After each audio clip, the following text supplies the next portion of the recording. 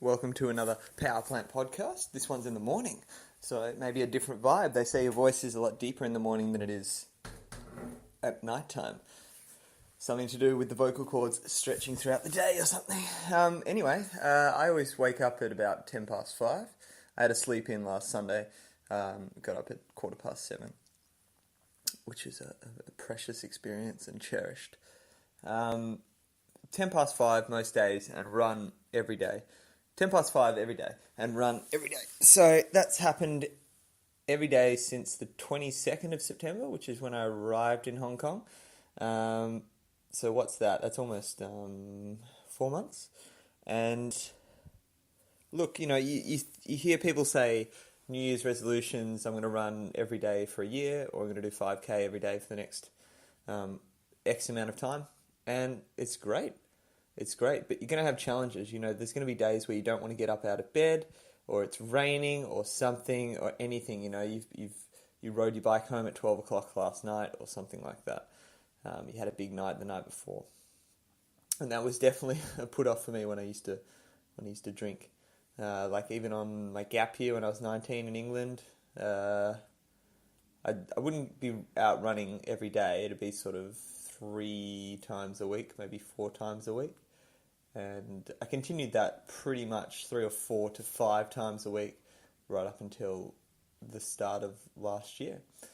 But if you're doing things to your body that are counterproductive in terms of a certain maybe running goal or whatever sort of goal you've got physically, you're going to be less inclined to actually do your training. So you've got to base a certain amount of your life and your routine around your training goal. It's just how it is.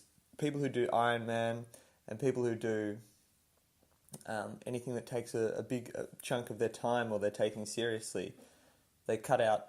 It's a 24/7 thing, and that's okay. I mean, I've accepted that's how I like to live for this stage of my life, at least until I'm however old or I get a bad injury or something. Then I prefer to do it like that than I would to just half-assed pursue it in sort of a health aspect. If I was just running for my health, I'd probably run 3 or 4 times a week, maybe half an hour each time at a very easy sort of pace. I think that's pretty good for your health. It is good to have higher heart rate bursts throughout the day.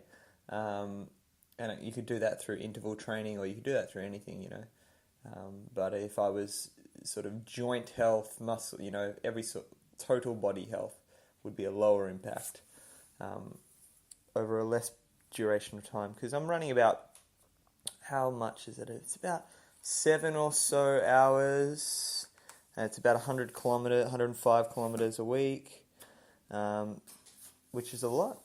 And luckily, the foods I eat are supporting that, and I'm getting enough everything, even though I've only switched to having food 2 times a week. 2 times a week, wow. That's good for you. 2 times a day, like big meals 2 times a day, instead of having a lunch as well. I just have breakfast and dinner. Because if I'm gonna eat, I want to eat big. But if I eat big 3 times a day, it'll muck up my session that I have later in the day, or it will, I put on weight. Yeah, if I eat raw though, then that's not an issue, but that hasn't been the case. Ramblings of a person it's 7 o'clock, the sun's just coming up, and I'm going crazy. I'm going to do some chin-ups on the way to work. Just listen to the Vegan Activist podcast, and that was good. I think it was the first one he did. So I'll continue to listen to that. I'm sort of progressing along the timeline of some podcasts on SoundCloud, starting from their number 1 and moving up to the current day. And that works well because if I'm riding my bike, commuting, I've got the headphones in, a bit dangerous, especially in crazy Hong Kong traffic. But I have eyes, so I use my eyes. But it helps if you use your ears as well. This is a double day. I used to do my running in the hard session in the morning and then do the easy session at night. but I've flipped it round over the last couple of months and just done the easy session in the morning and then the hard session at night. What I've found is that I go faster at night. I can push higher intensities, and it's a lot easier to hit sort of your goal splits for whatever session you're doing at night. And I don't know, it's just something about the physiology. You know, if you're waking up at 5 o'clock in the morning and you're going straight out the door, then it takes a while for your body to warm up.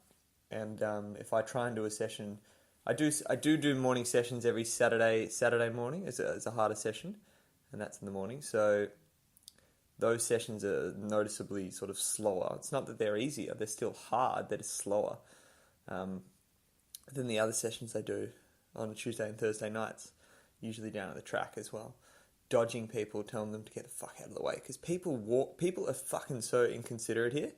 Like a large chunk of the population, 95% of the population, will spread themselves out over the road when they're walking. They won't use the footpaths. They will. So the track obviously has 8 lanes.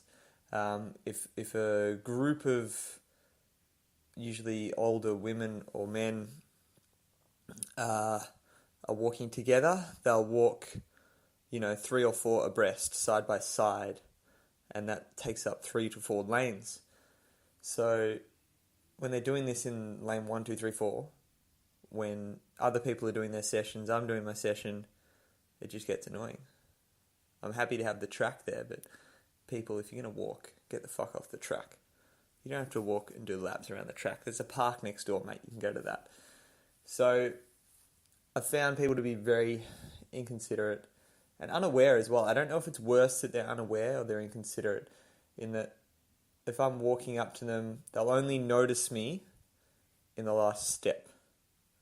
They'll only notice in the last step, and then they'll get like a surprise, like, oh shit, you're there. It's like, what am I, a panther or something? I'm tippy-toeing around you? But I don't know if it's worse that they're unaware or inconsiderate. Anyway, that was a rant. We're off. We're off to do some chin-ups. Chin-ups good for your back.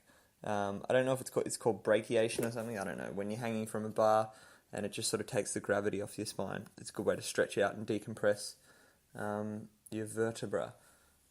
So if you've got a sore back, that could be one way to give it a little reprieve. Catch you on the next one. Ciao.